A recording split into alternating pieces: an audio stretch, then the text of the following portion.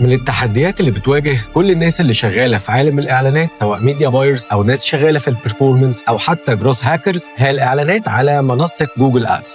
علشان كده عملنا لكم فاست تراك وسميناه جوجل ادز ان اكشن. ليه سميناه ان اكشنز؟ علشان على مدار 4 ايام بنشتغل معاكم على التطبيق العملي فقط. كورس ما فيهوش شرح، فيهوش نظري، مش للمبتدئين، ولكن بنشتغل فيه بشكل عملي لكل المراحل اللي بنمر بيها في استخدام البلاتفورم، من اول مرحله البلاننج والسيت اب لمرحله الامبلمنتيشن وطبعا الاوبتمايزيشن والسكيلينج. بنكفر كل انواع الكامبينز اللي ممكن تطلع من جوجل ادز، زي السيرش، الديسبلاي والفيديو ادز. المحور الاولاني مرحله البلاننج والسيت اب بتاع كل انواع الكامبينز. المحور الثاني فيري ادفانسد تابس ليها علاقه بالشوبينج كامبينز وازاي بننتجريته مع جوجل مارشنت سنتر. ايه اهم التراكنج ماتريكس اللي بنبص عليها زي ريتيرن اون اد سبند. ازاي بنعمل تراكنج مع جوجل تاج مانجر ومع جوجل اناليتكس. المحور الثالث هو السيلز دريفن كامبين وازاي نستفيد في الكامبينز الخاصه بالمبيعات من كل انواع الكامبينز اللي بيقدمها جوجل. والمحور الرابع والاخير هو سكيلينج استراتيجيز، ازاي نعمل سكيلينج للكامبينز بتاعتنا بالشكل المظبوط علشان نوصل لاعلى افكتفنس، وازاي نوبتمايز الكامبينز بتاعتنا علشان نوصل لاعلى ريتيرن اون اد سبند. بعد حضور الكورس اكيد هتعرف تكمبيت في اسواق الميديا باينج سواء في مصر او في مانا ريجن بشكل عام. مستنيينك معانا علشان تبقى انت السكسس كيس الجايه